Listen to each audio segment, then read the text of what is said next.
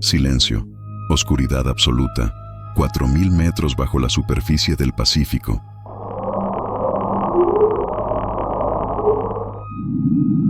Y entonces, lo escuchas, no con los oídos, con el cuerpo entero. Una vibración tan profunda que atraviesa el agua, el metal, los huesos. Un sonido que no debería existir. Grave, ancestral, imposible. Como si algo colosal acabara de despertar en un lugar donde ningún ser humano debería estar mirando. Los hidrófonos tiemblan. Las pantallas se vuelven locas. Los técnicos se miran entre sí, pálidos, porque saben que acaban de captar algo que la ciencia no puede explicar. Un pulso orgánico, un gemido desde las profundidades, una llamada. Pero, ¿de qué? Es el año 1997 y el océano acaba de gritar. ¿Qué le dieron? Un nombre casi inocente para algo que provocó escalofríos en cada persona que lo escuchó por primera vez. Fue captado por la Administración Nacional Oceánica y Atmosférica de los Estados Unidos, un sistema de vigilancia submarina diseñado para detectar cosas, submarinos enemigos, actividad volcánica, movimientos tectónicos, pero nunca esto. El sonido duró poco más de un minuto, 60 segundos que cambiaron todo, porque no fue un crujido, no fue una explosión. Submarina no fue el eco distante de maquinaria humana, fue orgánico, un patrón de frecuencia ultra baja, un perfil acústico que coincide con lo que produce un ser vivo. Pero aquí está el problema, el verdadero problema. El sonido fue captado por sensores separados por miles de kilómetros. Eso significa que lo que sea que lo emitió era tan grande, tan descomunalmente grande, que su llamada atravesó océanos enteros. Imagina eso por un momento. Un organismo tan colosal que su voz resuena desde las profundidades del Pacífico Sur hasta las costas de continentes lejanos. Más fuerte que cualquier ballena, más profundo que cualquier animal conocido, más aterrador que cualquier cosa catalogada por la humanidad. Y la pregunta que nadie quiere hacer en voz alta, la pregunta que te mantiene despierto cuando piensas en las profundidades del océano, es esta: ¿qué clase de criatura podría emitir un sonido así? Nunca ha llegado, donde la presión del agua es tan brutal que aplastaría tu cuerpo en menos de un segundo, donde el frío es eterno, y donde el silencio no es silencio en absoluto. El océano profundo, la zona abisal, un mundo alienígena que existe aquí mismo, en nuestro planeta, y que conocemos menos que la superficie de Marte. Se estima que hemos explorado apenas el 5% de los océanos. El 5%. ¿Te das cuenta de lo que eso significa? Significa que el 95% restante es territorio desconocido, oscuridad inexplorada, un abismo donde cualquier cosa podría vivir sin que jamás lo sepamos. Y no estoy hablando de peces raros o calamares gigantes, estoy hablando de algo más, algo antiguo, algo que ha estado allí desde antes de que los primeros humanos caminaran sobre la Tierra, desde antes de los dinosaurios, desde antes de que existiera la vida tal como la conocemos en la superficie. El océano es viejo, más viejo que las montañas, y guarda secretos que la luz del día nunca tocará. Ahora piensa en esto: las ballenas azules, los animales más grandes que existen actualmente, producen sonidos que pueden viajar cientos de kilómetros bajo el agua. Son criaturas magníficas, de más de 30 metros de largo, con un peso de hasta 200 toneladas, gigantes vivientes. Y aún así, el bloop fue más fuerte, mucho más fuerte, tan fuerte que algunos científicos, en conversaciones privadas, admitieron algo inquietante. Si ese sonido fue producido por un animal, ese animal tendría que ser varias veces más grande que la ballena azul, varias veces. Imagina eso. Imagina una criatura del tamaño de un edificio, del tamaño de un barco, del tamaño de una manzana entera de casas, deslizándose en silencio por las fosas oceánicas más profundas, invisible, inalcanzable, hambrienta, prehistórico que sobrevivió en las profundidades mientras el resto del mundo cambiaba. Piensa en el celacanto, un pez que se creía extinto desde hace 66 millones de años, hasta que en 1938 un pescador encontró uno vivo, nadando como si el tiempo no hubiera pasado, o el calamar gigante. Durante siglos fue considerado un mito, una leyenda de marineros borrachos, hasta que encontramos especímenes reales, criaturas de 18 metros de largo, con ojos del tamaño de platos, arrastrándose por las profundidades como pesadillas vivientes. Así que pregunto, ¿por qué sería imposible que algo mucho más grande, mucho más aterrador, esté allí abajo? ¿Por qué descartarlo? El océano tiene más de 11 kilómetros de profundidad en algunos puntos. 11 kilómetros de agua, de oscuridad, de presión, de silencio. Y en ese silencio, algo vive. Algunos investigadores han planteado una teoría oscura, una teoría que no aparece en los libros de texto, que el bloop no fue un sonido aislado, que fue una llamada, un grito territorial, o peor, una señal de apareamiento. Piensa en eso. Si ese sonido fue emitido para atraer a otro de su especie, eso significa que no está solo, que hay más, quizás decenas, quizás cientos, moviéndose lentamente por las corrientes abisales, en un mundo donde el tiempo transcurre de manera diferente, donde una criatura puede vivir cientos, quizás miles de años, donde el concepto de depredador toma un significado completamente nuevo, levemente con bioluminiscencia natural, como las criaturas abisales que ya conocemos, pero en una escala monstruosa. Vetas de luz azulada y verde recorren su cuerpo como venas eléctricas, y su tamaño, Dios, su tamaño es incomprensible. 100 metros de largo, 150, quizás más, tan grueso como un tren subterráneo, moviéndose con una lentitud aterradora, pero con una potencia brutal. Cada ondulación de su cuerpo genera corrientes submarinas, cada movimiento sacude el lecho marino. ¿Y su boca? Su boca es lo peor. Una abertura circular, enorme, rodeada de hileras y hileras de estructuras quitinosas afiladas, como las de una lamprea, pero del tamaño de puñales. No tiene ojos, no los necesita. En las profundidades, la vista no sirve de nada. En cambio, percibe vibraciones, presión, movimiento. Puede sentir el latido de tu corazón desde kilómetros de distancia. Puede detectar el temblor de tus músculos cuando nadas. Y cuando encuentra algo, cuando siente algo vivo cerca, abre esa boca y succiona. Imagina estar en el agua. Oscuridad absoluta a tu alrededor. Tu linterna apenas ilumina unos metros adelante. Y de repente sientes una corriente, un tirón, como si el océano mismo te estuviera jalando hacia abajo. Y entonces lo ves.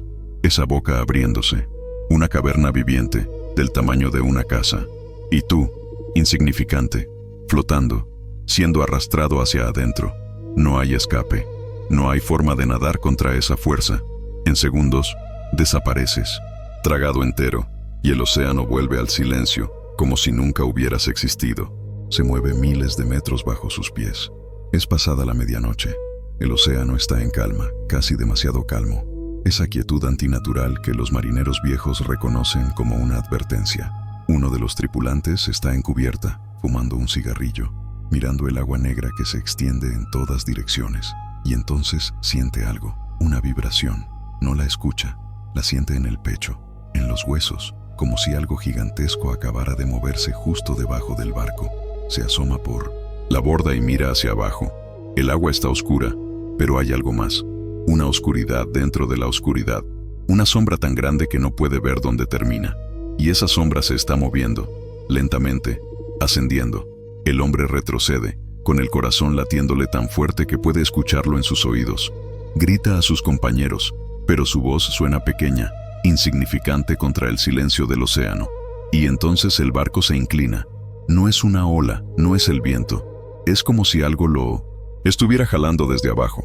Las luces parpadean, los motores se detienen, y en la oscuridad total, lo único que se escucha es el agua.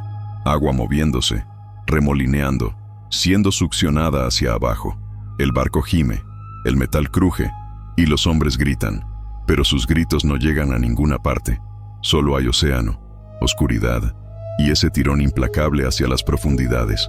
A la mañana siguiente, otro barco pasa por la zona. Encuentran escombros flotando, pedazos de madera, un chaleco, salvavidas, nada más. Ningún cuerpo, ninguna explicación.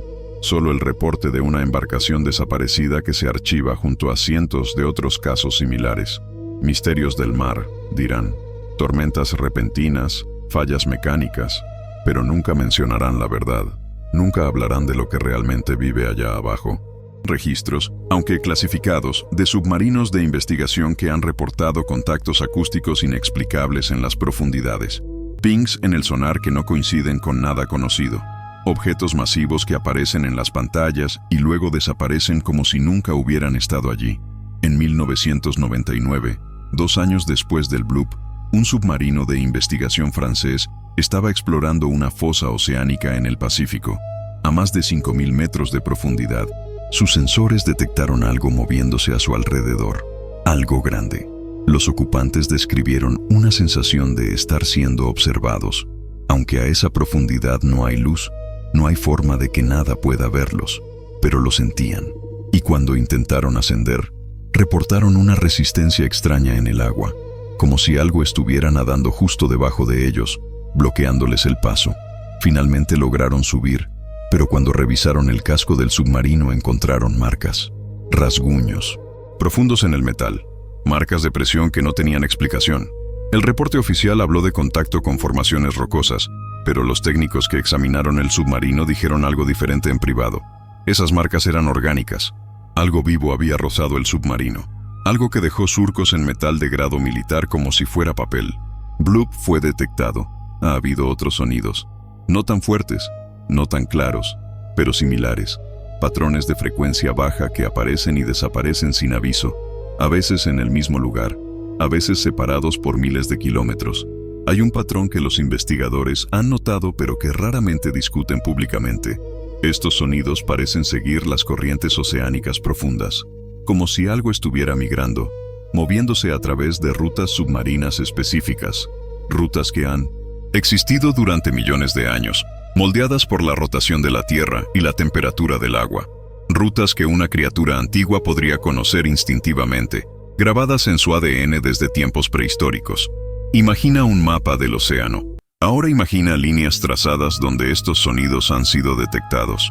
Empiezas a ver un patrón, un circuito, como si algo estuviera patrullando territorio, marcando su presencia, advirtiendo a otros que estas aguas le pertenecen. Y si trazas estas líneas lo suficientemente lejos, si sigues el patrón durante años, descubres algo aterrador. Estos sonidos están acercándose a zonas costeras, lentamente, durante décadas, pero acercándose, cámara lenta, en un mundo donde los eventos ocurren en escalas de tiempo que nosotros apenas podemos comprender. Entonces, ¿qué significa eso para algo como el bloop?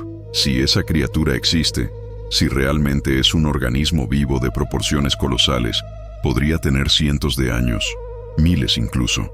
Podría haber estado allí, durmiendo, moviéndose lentamente por las fosas oceánicas desde antes de que los humanos construyeran las primeras civilizaciones, desde antes de las pirámides, desde antes de Roma, desde antes de que supiéramos que existían los océanos.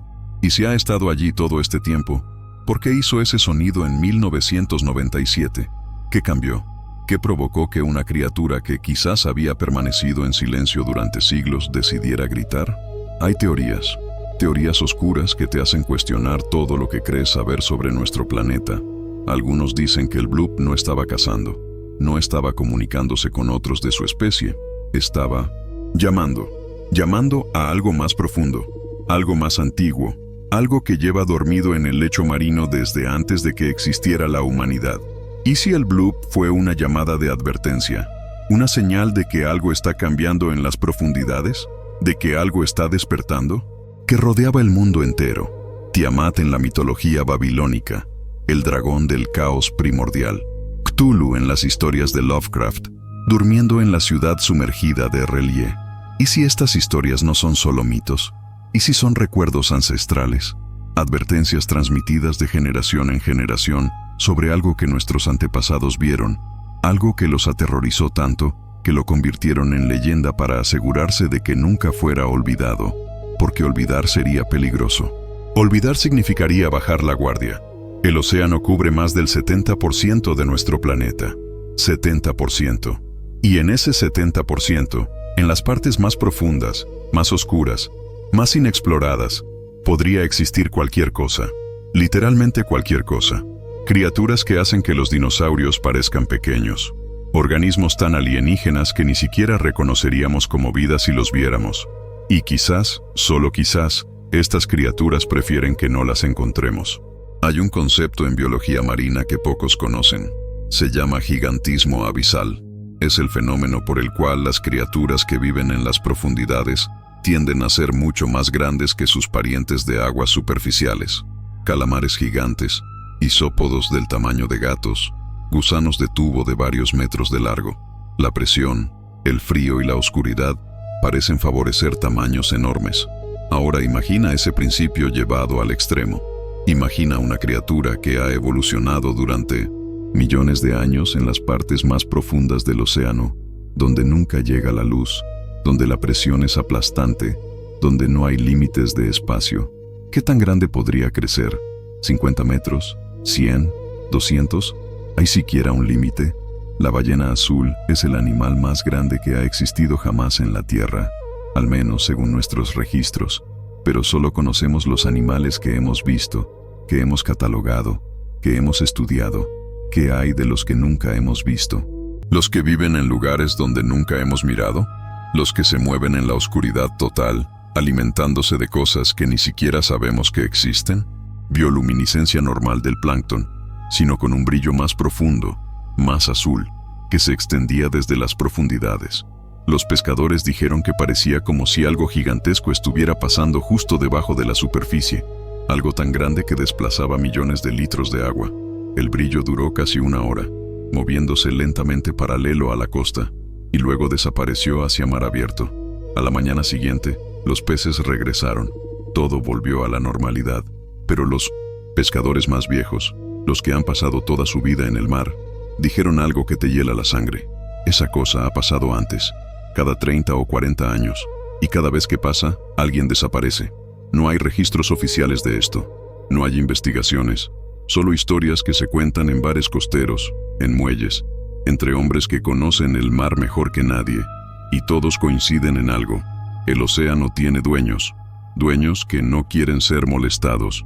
Bloop, porque necesitas entender no solo su tamaño, sino su naturaleza. Las criaturas de las profundidades han desarrollado adaptaciones que parecen sacadas de películas de ciencia ficción.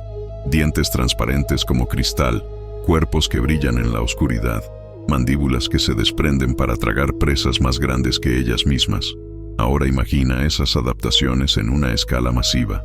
El bloop, si es real, sería el depredador supremo de un ecosistema que no conocemos.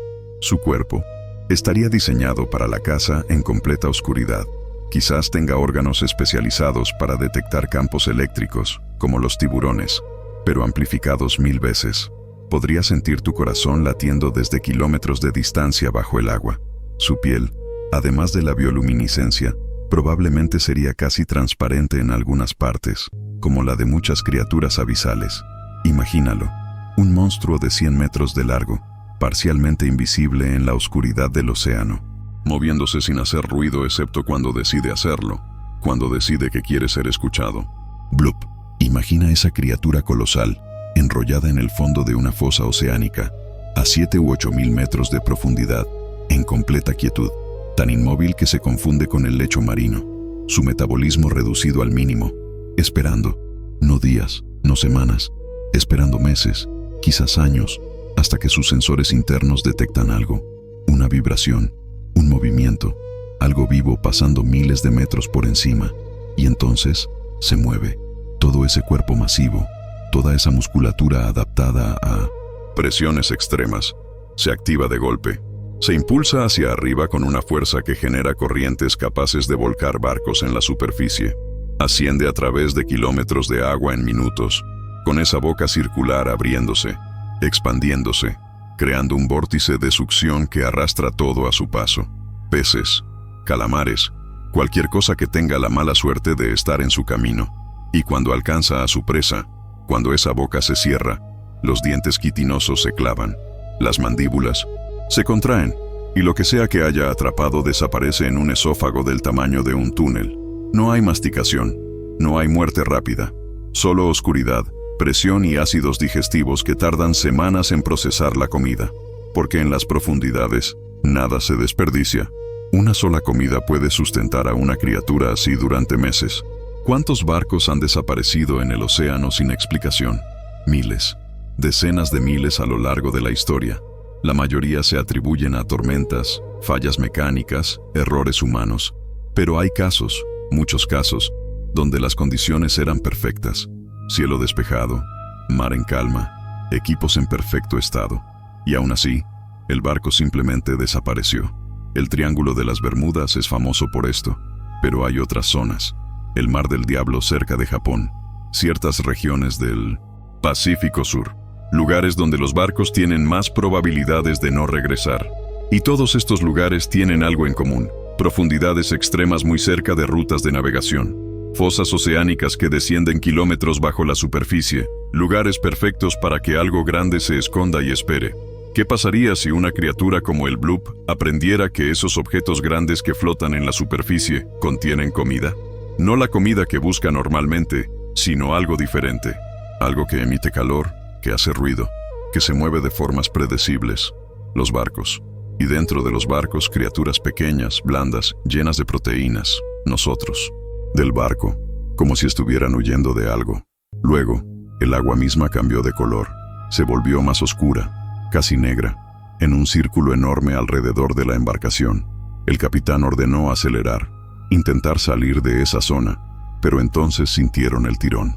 El barco se inclinó hacia popa, como si algo lo estuviera jalando desde abajo. Los motores rugían al máximo, pero el barco apenas se movía. Y luego escucharon el sonido. Un gemido profundo que hizo vibrar todo el casco. No venía de ninguna dirección en particular. Venía de abajo, de muy abajo. La tripulación entró en pánico. Algunos querían abandonar el barco, lanzarse al agua, pero el capitán lo prohibió. Sabía que eso sería peor. Así que esperaron. 30 minutos de agonía mientras el barco era arrastrado lentamente hacia atrás, contra la fuerza de sus motores. Y entonces, tan repentinamente como comenzó, se detuvo. El tirón desapareció. El agua volvió a su color normal. Los peces regresaron. Cuando el barco llegó a puerto, inspeccionaron el casco. Encontraron marcas de presión enormes en el metal, como si algo gigantesco lo hubiera agarrado y luego lo hubiera soltado. El reporte oficial habló de una corriente submarina anómala, pero los tripulantes sabían la verdad. Algo los había probado. Algo había decidido que no valía la pena el esfuerzo. Esa vez, más plausible. En 2012, el director de cine James Cameron descendió al punto más profundo del océano, la fosa de las Marianas, casi 11.000 metros bajo la superficie. Fue solo la tercera vez en la historia que un ser humano alcanzaba esa profundidad. ¿Y sabes qué encontró allí? Vida, en el lugar más inhóspito, más presurizado, más oscuro de todo el planeta. Encontró criaturas, pequeñas, sí, pero vivas, anfípodos, pepinos de mar, bacterias, cosas viviendo en condiciones que deberían hacer imposible la existencia de cualquier organismo. Y eso plantea una pregunta aterradora. Si la vida puede existir allí, en el punto más extremo, ¿qué más puede estar viviendo en las zonas menos profundas pero igualmente inexploradas? Porque aquí está el detalle que nadie considera. La fosa de las Marianas es solo un punto. Es como explorar 1 metro cuadrado del Amazonas y asumir que conoces toda la selva. Hay docenas de otras fosas, miles de kilómetros de océano profundo, que nunca han sido explorados. Vastas extensiones de oscuridad total donde literalmente cualquier cosa podría vivir sin que jamás lo sepamos. Comer algo. Y las cantidades no cuadran. Tiene que haber más presas de las que hemos encontrado. Mucha más. Entonces, ¿dónde está esa biomasa faltante? Una teoría es que existe en formas que no hemos descubierto todavía. Organismos que viven a profundidades que aún no hemos podido alcanzar regularmente. Y si hay tanta biomasa de presas no descubiertas, eso significa que también tiene que haber depredadores grandes, muy grandes, porque en la naturaleza el tamaño de los depredadores siempre es proporcional a la abundancia de comida. Si hay suficiente alimento en las profundidades para sostener a una criatura del tamaño que sugiere el Bloop, entonces esa criatura puede existir. No solo puede, sino que probablemente debe existir. La naturaleza no deja nichos ecológicos vacíos. Si hay un espacio para un superdepredador gigante en el ecosistema abisal, algo lo habrá ocupado, que no te he contado todavía. Cuando los científicos analizaron la grabación, No solo midieron su intensidad y alcance, también analizaron su estructura y encontraron algo perturbador. El sonido tenía modulación, no era un simple rugido o gemido constante. Había variaciones en la frecuencia, patrones que se repetían, como si estuviera comunicando algo, como el canto de una ballena, pero mucho más complejo, demasiado complejo para ser aleatorio. Algunos investigadores intentaron decodificarlo, buscar patrones matemáticos en las variaciones de frecuencia. No encontraron nada concluyente, pero sí notaron algo inquietante. El patrón se parecía, de forma muy vaga, a los sonidos que hacen ciertos animales cuando están en peligro o cuando están llamando a otros de su especie a través de grandes distancias. Entonces, ¿qué estaba haciendo el bloop?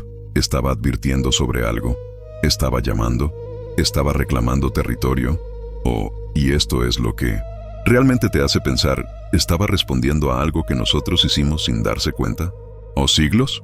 El bloop fue detectado en el verano del hemisferio sur. Verano significa cambios en las corrientes oceánicas, cambios en la temperatura del agua. Quizás esos cambios, combinados con actividad humana, fueron suficientes para provocar una reacción, una advertencia, un grito de «Este es mi territorio, aléjense». Y aquí está lo verdaderamente aterrador. Ese sonido viajó miles de kilómetros. Fue captado por múltiples sensores. ¿Sabes lo que eso significa? Significa que fue diseñado para viajar largas distancias. Fue intencional. No fue un accidente. No fue un simple ruido de alimentación o movimiento. Fue una declaración. Fue un mensaje enviado a través de océanos enteros. ¿A quién iba dirigido ese mensaje? ¿A otros de su especie? ¿A depredadores potenciales? ¿O a nosotros? Sacuden sus orejas. Todo esto sirve para un propósito: parecer más grandes, más peligrosos, más intimidantes de lo que realmente son. Es una forma de evitar el conflicto mostrando fuerza. ¿Y si el bloop fue un display de intimidación a escala oceánica?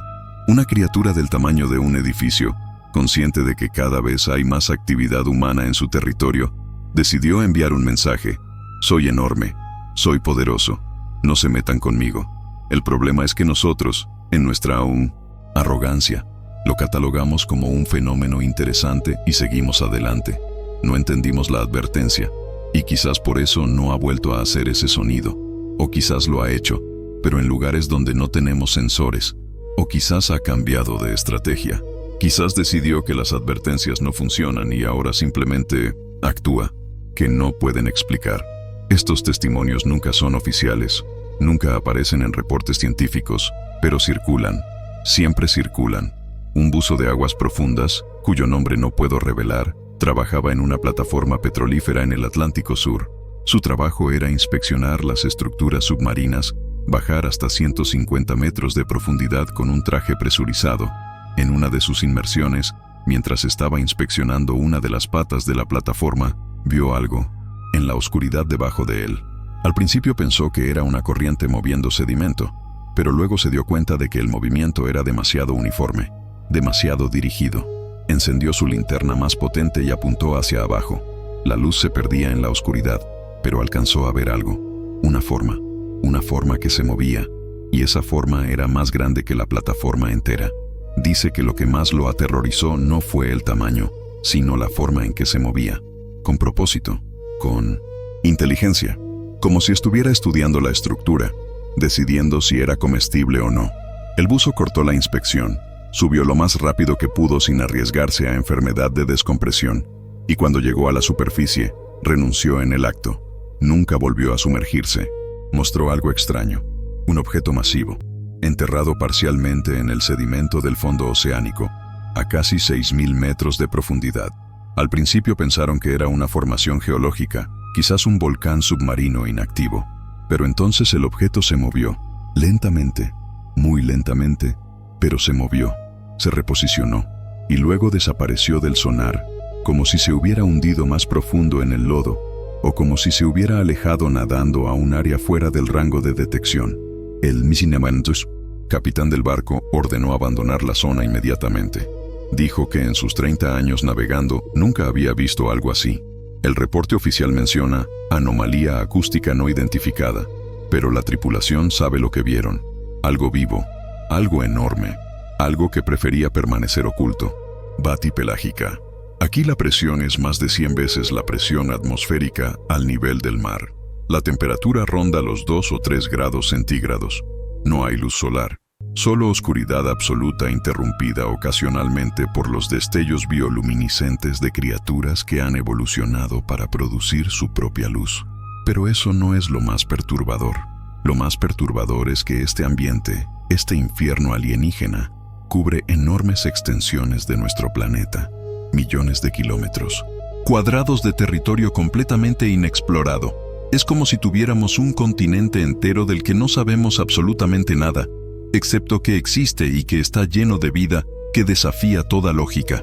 Y más abajo aún, pasando los 6.000 metros, está la zona Hadal, llamada así por Hades, el inframundo griego, un nombre apropiado para un lugar donde la presión es más de 1000 veces la presión atmosférica normal, donde el agua no es realmente líquida en el sentido tradicional, sino algo más denso, más viscoso, donde las leyes de la física que conocemos empiezan a comportarse de maneras extrañas. En este lugar, en estas profundidades que parecen otro planeta, hemos encontrado vida, no solo bacterias, sino animales complejos, peces con cráneos transparentes, gusanos de tubo que miden metros de largo, criaturas que no necesitan oxígeno para sobrevivir, que se alimentan de químicos tóxicos que brotan de fisuras volcánicas en el lecho marino. Vida que no debería ser posible, pero que existe de todas formas. Entonces pregunto de nuevo, ¿por qué sería imposible que algo del tamaño del bloop viva allí?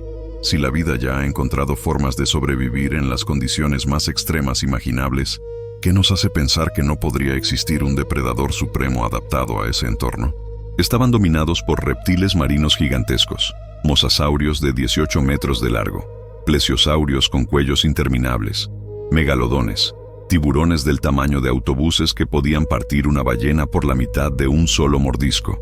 Estas criaturas eran los amos absolutos de los mares, depredadores perfectos, máquinas de matar evolutivas con millones de años de refinamiento. Y luego, hace 66 millones de años, llegó el asteroide, el evento de extinción que borró a los dinosaurios de la faz de la Tierra. Pero aquí está el detalle interesante. No todas las criaturas prehistóricas se extinguieron. Ya mencioné el celacanto, ese pez que supuestamente desapareció hace millones de años, pero que sigue vivo en las profundidades. Existen otros ejemplos. El tiburón anguila, una criatura con 300 dientes que parece sacada directamente del Jurásico. El calamar vampiro, un fósil viviente con características que no han cambiado en millones de años. Estos animales sobrevivieron porque encontraron refugio, y ese refugio fue el océano profundo. Mientras la superficie del planeta ardía, mientras la vida en tierra firme era aniquilada, las profundidades permanecieron relativamente estables, frías, oscuras, protegidas, un búnker natural contra las catástrofes globales. Y allí, en ese refugio, algunas criaturas sobrevivieron, se adaptaron, evolucionaron, crecieron. Mosasaurio o algo aún más antiguo encontró ese mismo refugio, descendió a las profundidades huyendo de la extinción y descubrió que allí, en ese mundo oscuro y frío, podía sobrevivir. Más que sobrevivir, podía prosperar, sin competidores, con abundancia de presas en las zonas profundas. Esa criatura podría haberse convertido en el depredador supremo de un ecosistema completo. Y durante millones de años, mientras arriba la vida volvía a comenzar, mientras los mamíferos evolucionaban y conquistaban la Tierra, mientras los humanos eventualmente aparecían allá abajo, en las profundidades, esa criatura seguía existiendo, creciendo generación tras generación, adaptándose a presiones cada vez mayores, desarrollando sentidos que nosotros ni siquiera podemos imaginar. 66 millones de años es tiempo suficiente para que una especie cambie por completo, para que se vuelva irreconocible comparada con sus ancestros. Pero ciertas características permanecen: el instinto de cazar, la necesidad de alimentarse, el impulso de defender territorio y quizás, solo quizás, el recuerdo genético de un tiempo cuando estas criaturas nadaban en aguas menos profundas, cuando veían la luz del sol, cuando dominaban océanos enteros. ¿Y si el bloop es el descendiente de uno de esos antiguos señores del mar? ¿Y si lo que escuchamos en 1997 fue el eco de una era que creíamos extinta? Investigar reportes de encuentros con criaturas marinas gigantes no identificadas. Empiezas a notar patrones, lugares específicos donde estos reportes son más frecuentes, épocas del año donde aumentan. Y lo más inquietante, una consistencia en las descripciones a pesar de que los testigos están separados por décadas o miles de kilómetros. La costa oeste de Sudamérica, especialmente cerca de Chile y Perú, tiene una concentración inusual de estos reportes. Pescadores que hablan de Minunache, sombras imposibles bajo sus barcos, ondulaciones en el agua que no coinciden con ningún animal conocido, marcas en redes de pesca que parecen hechas por algo con fuerza descomunal. Lo mismo ocurre en ciertas partes del Pacífico Norte, cerca de Japón, en el Océano Índico, frente a las costas de Indonesia. Y curiosamente, muchos de estos puntos calientes están cerca de fosas oceánicas profundas, lugares donde el océano se abre en abismos de 8, 9, 10.000 metros de profundidad. ¿Coincidencia? Quizás. O quizás estas criaturas, si existen, usan las fosas como autopistas, como rutas migratorias que les permiten moverse sin ser detectadas. Pueden descender a profundidades donde ningún humano puede seguirlas, viajar distancias enormes protegidas por kilómetros de agua sobre ellas, y luego emerger en otro punto del océano, en otra zona de caza. Avistamientos, estos encuentros, parecen estar aumentando, no exponencialmente, no de manera obvia, pero si graficas los reportes de los últimos 50 años, hay un incremento gradual y constante. ¿Por qué? Bueno, hay dos posibilidades. La primera es que simplemente hay más gente en el océano ahora, más barcos, más plataformas petrolíferas, más turismo marino, más investigación científica. Entonces estadísticamente hay más oportunidades de encuentros. Eso tiene sentido. Pero la segunda posibilidad es más oscura. ¿Y si estas criaturas están siendo forzadas a interactuar más con humanos porque nosotros estamos invadiendo su territorio? La pesca industrial está alcanzando profundidades nunca antes exploradas. Estamos perforando el lecho marino en busca de petróleo y minerales. Estamos generando contaminación acústica con sonares militares y comerciales que interfieren con la comunicación de animales marinos. Quizás las estamos molestando, quizás las estamos sacando de su refugio, y quizás, eventualmente, van a reaccionar. No con advertencias, no con sonidos como el bloop, sino con acciones. Descienden de nuevo a la oscuridad. La mayoría son pequeñas, zooplancton, krill, peces del tamaño de tu dedo, pero algunos son más grandes, calamares, medusas, peces de profundidad media, todos siguiendo el mismo patrón instintivo. Arriba en la noche para comer, abajo durante el día para esconderse de los depredadores que cazan con luz. Ahora, ¿qué pasaría si un depredador realmente grande, algo del tamaño del bloop, también siguiera este patrón? No todas las noches, quizás. Su metabolismo sería demasiado lento para necesitar comida tan frecuentemente, pero ocasionalmente, cuando tiene hambre suficiente, podría ascender. Lentamente, tomándose horas para subir desde profundidades de 6 o 7.000 metros hasta los primeros cientos de metros bajo la superficie. Y una vez allí, en la oscuridad de la noche, se alimentaría, no de plancton, no de peces pequeños, de presas más sustanciales, ballenas quizás, o barcos, cualquier cosa que genere suficiente vibración para llamar su atención. Esto explicaría por qué no vemos a estas criaturas con más frecuencia, porque solo están cerca de la superficie durante breves periodos, en momentos específicos, en lugares específicos. El resto del tiempo están en las profundidades, donde ningún sensor puede detectarlas, donde ningún humano puede alcanzarlas. Sabemos que el tamaño del cerebro, en relación con el tamaño del cuerpo, es un indicador de inteligencia. Los pulpos, por ejemplo, son increíblemente inteligentes a pesar de ser relativamente pequeños. Pueden resolver problemas, usar herramientas, planificar estrategias de caza. Los cachalotes, las ballenas dentadas más grandes, tienen los cerebros más grandes del reino animal y exhiben comportamientos complejos, comunicación sofisticada, estructuras sociales, memoria a largo plazo. Cazan en equipo, usan estrategias coordinadas, pueden aprender y adaptarse. Ahora imagina una criatura que ha vivido durante siglos, quizás milenios, una criatura con un cerebro proporcionalmente grande, adaptada a un ambiente donde la astucia es tan importante como la fuerza. ¿Qué tan inteligente sería? ¿Podría planificar? ¿Podría aprender de experiencias pasadas? ¿Podría incluso reconocer que esos objetos flotantes en la superficie contienen criaturas más pequeñas? Hay un caso documentado de un cachalote que aprendió a robar pescado de los sedales de los pescadores. No solo eso, sino que enseñó esta técnica a otros cachalotes. Se convirtió en un comportamiento aprendido y transmitido. Eso requiere inteligencia, requiere comunicación, requiere memoria. Si el bloop posee un nivel similar de inteligencia, amplificado por una vida que se extiende por siglos, podría ser mucho más que un simple animal. Podría ser una entidad consciente de su entorno, capaz de tomar decisiones estratégicas, capaz de reconocer amenazas y oportunidades. Y eso, amigos, es absolutamente aterrador, porque no estaríamos hablando de un monstruo sin mente que ataca por instinto. Estaríamos hablando de algo que piensa, que planifica, que espera el momento adecuado. Zonas están bajando, y estos cambios afectan a todas las criaturas marinas, desde las más pequeñas hasta las más grandes. Para las criaturas de aguas profundas, estos cambios podrían ser devastadores, o podrían ser una oportunidad. Si las aguas más superficiales se están calentando, las zonas de confort térmico para criaturas adaptadas al frío se están moviendo, quizás más hacia los polos, o quizás más profundo, o quizás, y esto es inquietante, estas criaturas están siendo forzadas a abandonar sus hábitats tradicionales y explorar nuevas zonas.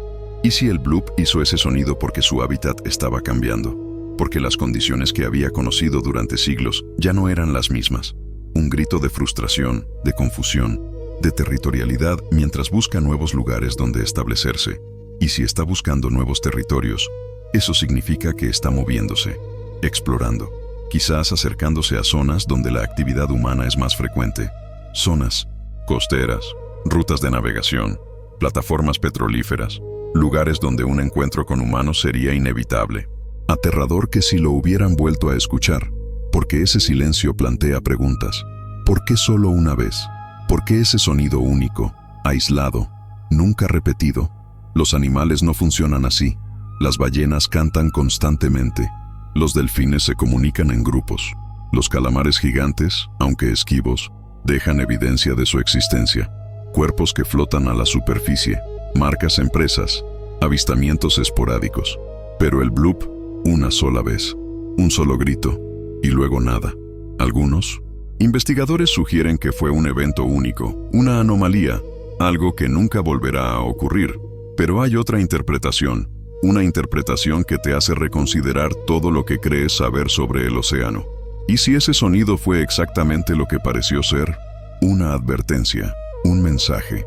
Y nosotros, en nuestra ignorancia, no lo entendimos. Entonces, lo que sea que lo produjo decidió que no valía la pena seguir intentando comunicarse. O peor aún, decidió que las advertencias ya no eran necesarias. Más exploración. Hemos ignorado completamente la advertencia porque ni siquiera reconocimos que era una advertencia. Entonces, ¿qué hace una criatura territorial, inteligente, cuando sus advertencias son ignoradas? Se adapta, cambia de estrategia, deja de anunciar su presencia y simplemente actúa. Y quizás, solo quizás, algunos de esos barcos desaparecidos en las últimas décadas no fueron víctimas del clima o fallas mecánicas. Quizás encontraron algo que ya no estaba dispuesto a dar advertencias, que son anomalías magnéticas, corrientes submarinas inusuales, interferencia atmosférica, y quizás eso explique algunos casos, pero no todos, porque hay reportes de tripulaciones enteras que han pasado por esa zona y hablan de sensaciones de estar siendo observados, de que algo grande se mueve bajo el barco, de sombras en el agua que no tienen explicación.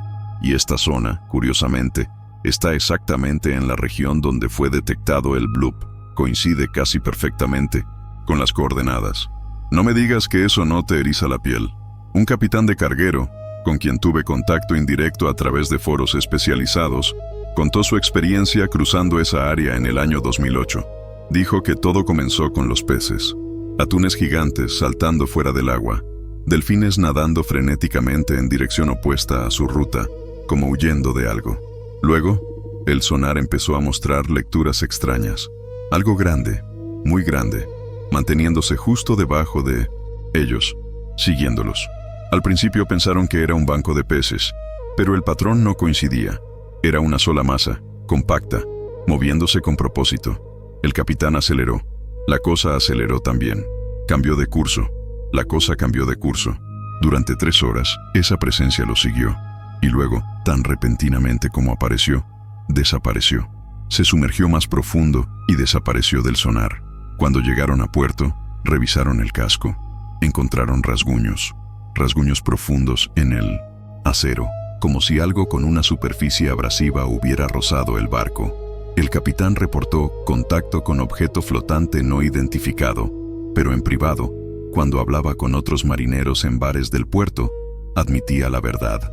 Algo vivo había estado jugando con ellos, probándolos, decidiendo si valían la pena como comida. Migratorias sin razón aparente. Evitan ciertas áreas del océano que tradicionalmente usaban. Áreas ricas en krill, perfectas para alimentarse, pero que repentinamente se vuelven zonas prohibidas para ellas. Los científicos han intentado explicar esto con cambios en la temperatura del agua, en las corrientes, en la disponibilidad de alimento. Y en muchos casos, esas explicaciones funcionan, pero hay casos donde no hay cambios detectables. El agua está perfecta, el alimento está presente, y aún así, las ballenas se niegan a entrar en esa zona. ¿Por qué? Una teoría que no aparece en los estudios oficiales pero que circula entre investigadores de campo es simple. Las ballenas saben algo que nosotros no. Pueden detectar cosas que nuestros instrumentos no pueden. Pueden sentir presencias en el agua que son invisibles para nosotros. Y quizás, solo quizás, esas zonas que las ballenas evitan son territorios de algo más grande. Algo que incluso las ballenas, los gigantes del océano, reconocen como una amenaza. Algo que prefieren no encontrar. Hay registros de ballenas jorobadas que han cambiado completamente sus rutas en el Pacífico Sur después de 1997. Después del bloop. Ahora nadan más al oeste, evitando las aguas donde ese sonido fue más intenso. ¿Coincidencia? O quizás ellas escucharon ese grito y entendieron perfectamente lo que significaba. Este territorio ya no es seguro. Realmente existe. Si hay depredadores de ese tamaño acechando en las profundidades, entonces tenemos que preguntarnos algo incómodo. ¿Cuántos son? ¿Estamos hablando de un solo individuo? ¿De una pareja? ¿De una población completa? El océano es vasto. Incomprensiblemente vasto. Podría albergar cientos de estas criaturas sin que jamás las detectemos. Podrían estar distribuidas por todas las fosas oceánicas del mundo, cada una controlando su propio territorio, moviéndose en ciclos que abarcan décadas o siglos. Y si hay una población, eso significa que se reproducen, que hay jóvenes, adultos, ancianos, que hay una jerarquía quizás, que hay comportamientos sociales que no podemos imaginar. Ballenas y delfines tienen sociedades complejas. Pulpos, a pesar de ser solitarios, exhiben comportamientos que sugieren inteligencia social. ¿Por qué algo tan grande como el bloop sería diferente? Imagina una manada de estas criaturas, 5, 10, 20 individuos moviéndose, juntos por el océano profundo, coordinando cacerías, comunicándose a través de sonidos de baja frecuencia que viajan miles de kilómetros, estableciendo territorios, defendiéndolos, expandiéndolos. Y ahora imagina que uno de esos territorios está siendo invadido por la actividad humana, plataformas petrolíferas, cables submarinos, rutas de navegación. ¿Cómo reaccionaría una manada así? ¿Con curiosidad? ¿Con agresión? ¿Con miedo? Porque su método de caza determinaría qué tan peligrosa es para los humanos. Los grandes depredadores marinos tienen diferentes estrategias. Los tiburones blancos emboscan desde abajo, atacando con velocidad explosiva. Las orcas usan trabajo en equipo y técnicas aprendidas. Los cachalotes pueden sumergirse a profundidades extremas y usar ecolocalización para encontrar calamares gigantes en la oscuridad total. El bloop, si existe, probablemente combinaría elementos de todos estos métodos. Su tamaño le daría una ventaja obvia: fuerza bruta. Podría simplemente aplastar o tragarse presas de tamaño considerable sin mucho esfuerzo. Pero en las profundidades, donde la comida es escasa, no puede desperdiciar energía. Necesitaría ser eficiente. Entonces probablemente sea un cazador de emboscada. Se quedaría inmóvil en el fondo, quizás camuflado bajo sedimento o entre formaciones rocosas, esperando. Sus sensores detectarían vibraciones desde kilómetros de distancia. El latido de un corazón, el movimiento de músculos, el rumor de motores. Y cuando algo se acerca lo suficiente, atacaría. Pero aquí está lo verdaderamente aterrador. Un depredador de ese tamaño no necesitaría ser rápido. Solo necesitaría crear succión, abrir esa boca masiva y generar un vórtice de agua que arrastra todo hacia adentro, como una aspiradora viviente del tamaño de un edificio, especialmente uno pequeño o mediano. No tendría oportunidad. La succión lo arrastraría hacia abajo, lo voltearía, lo rompería en pedazos mientras es jalado bajo las olas. La tripulación ni siquiera tendría tiempo de enviar una señal de socorro.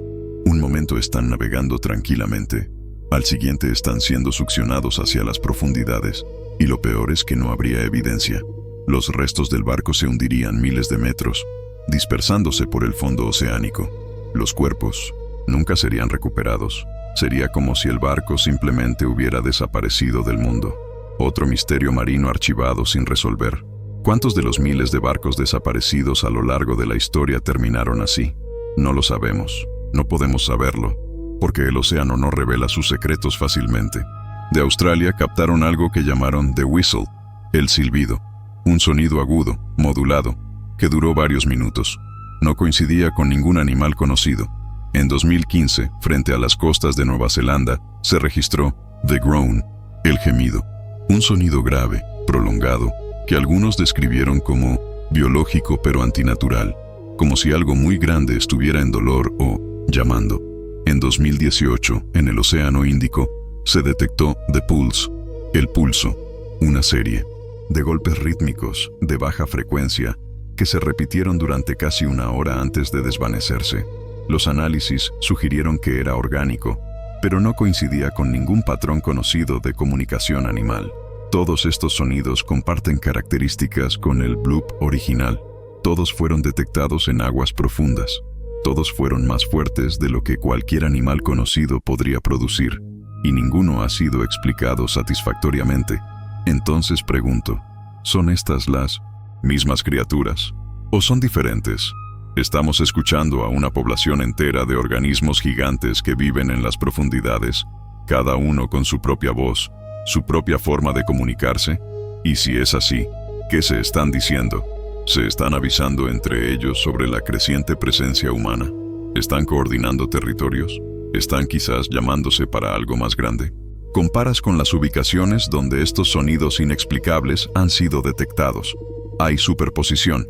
Demasiada superposición para ser coincidencia. En el año 2001, un yate de lujo desapareció en el Pacífico Sur. Última transmisión. Algo está golpeando el casco desde abajo. Nunca se encontraron restos. Esa ubicación está a menos de 200 kilómetros de donde fue detectado el bloop. En 2007, un barco pesquero se desvaneció cerca de Nueva Zelanda. La tripulación envió un mensaje confuso sobre agua moviéndose de forma extraña antes de perder todo contacto. 3 meses después, en la misma zona, se registró uno de esos sonidos inexplicables. En 2013, una embarcación de investigación reportó fallas en todos sus sistemas electrónicos mientras navegaba en el Océano Índico. Lograron reparar lo suficiente para regresar a puerto, pero describieron una experiencia aterradora, la sensación de que el barco estaba siendo estudiado por algo debajo del agua. 6 meses después, en esa misma área, se captó The Pulse. ¿Coincidencias? Quizás, pero cuando tienes docenas de estos casos, cuando los patrones se repiten una y otra vez, empiezas a preguntarte si realmente son coincidencias o si estamos viendo las piezas de un rompecabezas que no queremos completar. La vida a profundidades extremas. Capturar imágenes de criaturas que nadie había visto antes. Y lo lograron. Filmaron peces con cuerpos gelatinosos, anfípodos del tamaño de platos, estructuras bacterianas que parecían jardines alienígenas, pero también filmaron algo más, algo que no apareció en el documental oficial, algo que solo circuló en foros especializados, en conversaciones susurradas entre investigadores. A casi 10.000 metros de profundidad, las cámaras captaron una forma. No por mucho tiempo, solo unos segundos antes de que la iluminación cambiara y la criatura desapareciera en la oscuridad. pero esos segundos fueron suficientes. La forma era enorme, serpentina, con lo que parecía ser bioluminiscencia a lo largo de su cuerpo, y se estaba moviendo con un propósito definido, no a la deriva como el plancton, sino nadando activamente. Los técnicos estimaron el tamaño basándose en objetos de referencia en el cuadro. Las estimaciones más conservadoras hablaban de al menos 50 metros de longitud. Las menos conservadoras sugerían el doble. Y lo más inquietante, parecía estar acercándose a la cámara antes de desaparecer, como si hubiera detectado la luz y viniera a investigar. El video fue archivado como fauna no identificada y nunca se volvió a mencionar oficialmente. Pero existe. Está ahí, en algún servidor de alguna institución científica, esperando a que alguien tenga el valor de preguntarse qué era realmente esa cosa. Durante siglos, marineros de todo el mundo han contado historias sobre monstruos marinos, serpientes gigantes que podían rodear barcos enteros, kraken que arrastraban embarcaciones al fondo del mar, leviatanes tan grandes que se confundían con islas. La ciencia moderna desestimó estas historias como superstición, imaginación exagerada, el resultado de ver animales conocidos bajo condiciones que distorsionaban su tamaño o apariencia. Y en muchos casos, eso es exactamente lo que eran. Ballenas vistas parcialmente, calamares gigantes magnificados por el miedo y la distancia, olas inusuales interpretadas como criaturas vivas. Pero no todas las historias pueden explicarse tan fácilmente. Hay relatos demasiado específicos, demasiado consistentes a través de diferentes culturas y épocas. Descripciones que se repiten, cuerpos largos y serpentinos, bocas circulares enormes, la capacidad de generar corrientes poderosas, el hábito de atacar desde las profundidades. Los Sintosetsim, pueblos polinesios, tienen leyendas sobre Tehuequeamuturangi, un pulpo gigantesco que vivía en las partes más profundas del océano y que ocasionalmente emergía para arrastrar canoas completas bajo las olas. Los marineros vikingos hablaban del Hafgufa, una criatura tan grande que parecía una isla, con una boca que podía tragarse barcos enteros. Los pescadores japoneses cuentan historias del Ikuchi, una serpiente marina de longitud infinita cubierta de un aceite viscoso. Y si todas estas culturas, separadas por miles de kilómetros y siglos de tiempo, estaban describiendo la misma cosa, o al menos cosas de la misma especie, no un monstruo mitológico, sino una criatura real, algo que ha existido durante tanto tiempo que se ha integrado en nuestras leyendas, en nuestros miedos primordiales. Las leyendas no surgen de la nada, se basan en experiencias, en encuentros, en eventos que fueron tan impactantes que necesitaban ser recordados, transmitidos, convertidos en historias para advertir a las futuras generaciones. Quizás nuestros antepasados no estaban exagerando, quizás estaban siendo muy precisos. El 95% de los océanos permanece inexplorado. Es saber que cada año descubrimos especies nuevas, algunas tan extrañas que desafían todo lo que creíamos saber sobre la biología. Es entender que las profundidades del mar son más inaccesibles para nosotros que la superficie de Marte. Es mirar al océano, ese vasto cuerpo de agua que cubre la mayoría de nuestro planeta, y darte cuenta de que no tenemos idea de qué se mueve allá abajo, de qué respira, qué caza, qué observa desde la oscuridad. Y específicamente, es saber que podría existir algo del tamaño del bloop, algo con la fuerza para destruir barcos, con la inteligencia para evitar ser detectado, con el instinto territorial para defender aguas que considera suyas. Y nosotros, con toda nuestra tecnología, con todos nuestros avances científicos, no podríamos hacer absolutamente nada al respecto. No podríamos cazarlo porque no sabríamos dónde está. No podríamos estudiarlo porque vive a profundidades donde nuestros mejores submarinos colapsan. No podríamos protegernos de él porque el océano es su dominio, no el nuestro. Algún lugar de esa oscuridad, algo te está mirando de vuelta, que comienza a ver los barcos no como amenazas, sino como presas, como contenedores convenientes de comida rica en proteínas, y comienza a cazarlos activamente. Al principio sería sutil, un barco desaparecido aquí, otro allá, nada alarmante, dentro de los parámetros normales de accidentes marítimos, pero gradualmente, los números aumentarían. Ciertas rutas de navegación se volverían peligrosas, ciertas áreas del océano comenzarían a evitarse, y eventualmente, inevitablemente, habría un encuentro que no podría ocultarse. Un ataque en aguas relativamente poco profundas. cerca de la costa, donde hay testigos, donde hay cámaras, donde la evidencia es innegable. ¿Qué haríamos entonces? ¿Cómo reaccionaría la humanidad al descubrir que compartimos este planeta con un depredador supremo que puede destruir nuestros barcos, que vive en un reino que no podemos alcanzar, que ha estado allí todo el tiempo, observando, esperando? Entraríamos en pánico. Los gobiernos tratarían de ocultarlo, pero en la era de Internet, de smartphones, de redes sociales, no podrían.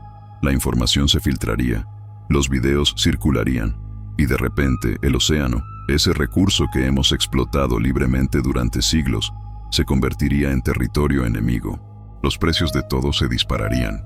Y militarmente, ¿qué podríamos hacer? ¿Bombardear el océano? ¿Usar sonar de alta intensidad para ahuyentar a las criaturas? Eso solo las haría más agresivas. ¿Enviar submarinos de guerra para cazarlas? A profundidades de 6, 7, 8 mil metros, nuestros mejores submarinos militares no pueden operar. Estaríamos tratando de pelear una guerra en territorio donde no podemos sobrevivir, contra un enemigo diseñado perfectamente para ese ambiente. Seríamos impotentes. Por primera vez en la historia moderna, la humanidad se enfrentaría a un depredador que no puede controlar, que no puede eliminar, que no puede siquiera comprender completamente. Y todo comenzaría con un sonido captado en 1997. Un sonido que tratamos como curiosidad científica. Un sonido que quizás era exactamente lo que parecía, una advertencia, abiertamente sobre el bloop, por la que los datos más inquietantes permanecen clasificados o son minimizados, por la que las teorías más oscuras circulan solo en foros especializados y conversaciones privadas, porque saben algo que el público general no está listo para aceptar. No controlamos este planeta tanto como creemos. Hay regiones, vastas regiones, donde la naturaleza todavía reina suprema, donde existen cosas que no entendemos, donde los humanos, a pesar de toda nuestra tecnología, seguimos siendo presas potenciales. Y si esa información se hiciera pública, si la gente realmente comprendiera que el océano podría albergar depredadores gigantes que ocasionalmente toman barcos y tripulaciones, el pánico sería inevitable. La industria marítima sufriría, el turismo costero colapsaría, las compañías de seguros entrarían en crisis. Entonces eligen el silencio, explican el bloop como algo mundano, algo que no requiere mayor investigación, archivan los reportes preocupantes, minimizan los avistamientos, mantienen la ilusión de que el océano, aunque vasto y peligroso, es fundamentalmente comprensible y controlable. Pero algunos de nosotros sabemos diferente. Algunos de nosotros hemos visto los datos que no publican. Hemos hablado con las tripulaciones que no quieren hablar públicamente. Hemos conectado los puntos que prefieren dejar desconectados. Y sabemos que el océano guarda secretos. Secretos oscuros. Secretos que tal vez sea mejor no descubrir. Viven sin luz solar, que se alimentan de químicos volcánicos, que pueden sobrevivir durante siglos. El bloop, si existe, es solo una de estas criaturas, quizás la más grande que hemos detectado, pero probablemente no la única. Probablemente hay otras que viven aún más profundo, otras que son aún más esquivas, otras que preferirían nunca encontrarnos. Y eso, en última instancia, debería darnos humildad. Deberíamos entrar al océano con respeto, no con arrogancia. Deberíamos explorar con cautela, no con la asunción de que tenemos derecho a estar allí, porque el océano existió antes que nosotros y existirá después de nosotros. Somos visitantes en un reino que no comprendemos, y como en cualquier territorio desconocido, hay cosas que deberíamos temer, no por superstición, sino por simple lógica evolutiva. Donde hay oscuridad, hay depredadores. Donde hay profundidad, hay misterio. Y donde hay misterio, siempre hay peligro. Una sola vez hace casi 3 décadas, un sonido tan poderoso que viajó a través de océanos. Un sonido que no coincide con nada conocido. Un sonido que sugiere algo imposible, algo aterrador, algo que desafía nuestro entendimiento del mundo natural. Las explicaciones oficiales intentan tranquilizarnos, intentan racionalizar lo irracional, pero las preguntas permanecen, las inconsistencias persisten, y en la oscuridad de las profundidades oceánicas, algo continúa existiendo, algo que no necesita nuestra creencia para ser real, algo que no le importa si lo entendemos o no, porque el océano guarda sus secretos celosamente, y algunos secretos, algunos misterios, están mejor dejados sin resolver. Despertó brevemente, gritó su advertencia, y volvió al silencio, o algo completamente diferente, algo que ni siquiera podemos imaginar. Déjalo en los comentarios. Comparte tus teorías. Cuenta tus propias experiencias en el mar si las tienes. Porque mientras exista el misterio, mientras las profundidades permanezcan inexploradas, mientras el océano guarde secretos que se niega a revelar, seguiremos aquí, contando historias, haciendo preguntas, desafiando las explicaciones fáciles y buscando la verdad que otros prefieren ocultar. Porque en Criaturas del Abismo, el misterio nunca muere, el océano nunca revela todo, y la verdad siempre está ahí abajo, en la oscuridad, esperando, observando, escuchando, y quizás, solo quizás, llamando. Nos vemos en el próximo misterio, si te atreves a volver, si el océano te deja.